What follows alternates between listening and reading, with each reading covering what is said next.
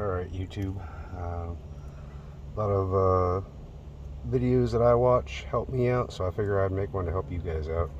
This is for a 2006 F150 King Ranch. Having trouble with the power seats. My daughter moved the seat all the way forward. I'm not an all the way forward kind of a guy, so I can't even get in here to drive. So I'm trying to figure it out.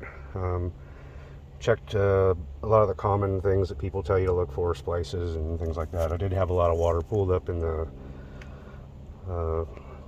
sill here on both sides. That was from a third brake light that I hopefully have fixed for the second time. We'll see if that takes this time. But anyway, getting to the problem,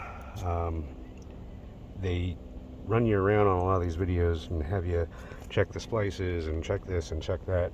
Here's a real quick down and dirty way to check everything quickly and start going back to what the actual problem was.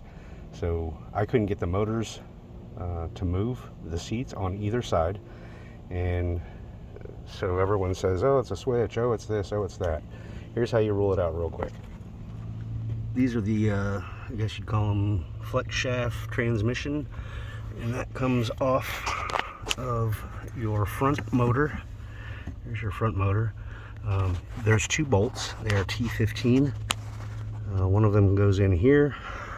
One of them goes in right here. And on the front plate, try to get a better angle, there's one here and one on the other side. So once you pull those two, you can kind of just grab the flex shaft, twist the motor a little bit and pull it, and they'll pop off one side, then you do the other side, and then you can move it right out of the way. Then the next thing you do is just operate your seat switch. As you can see, the motor has no problem. The problem that I found so far, I was able to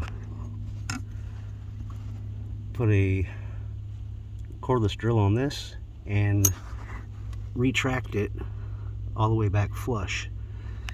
On this side, not so much.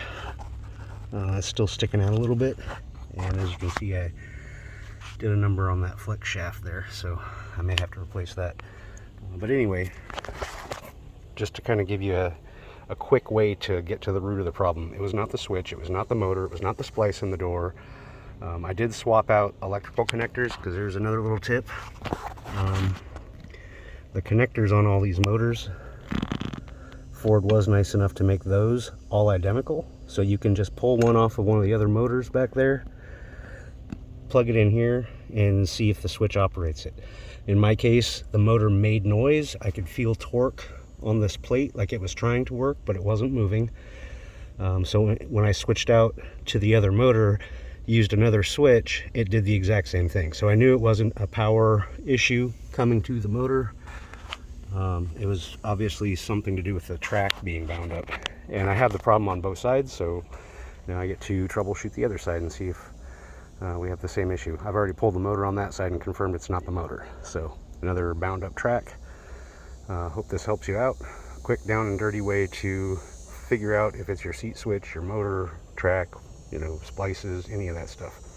But if you already have power at the switch and at the motor, you can roll back everything else behind that, the fuse, the circuit, all that.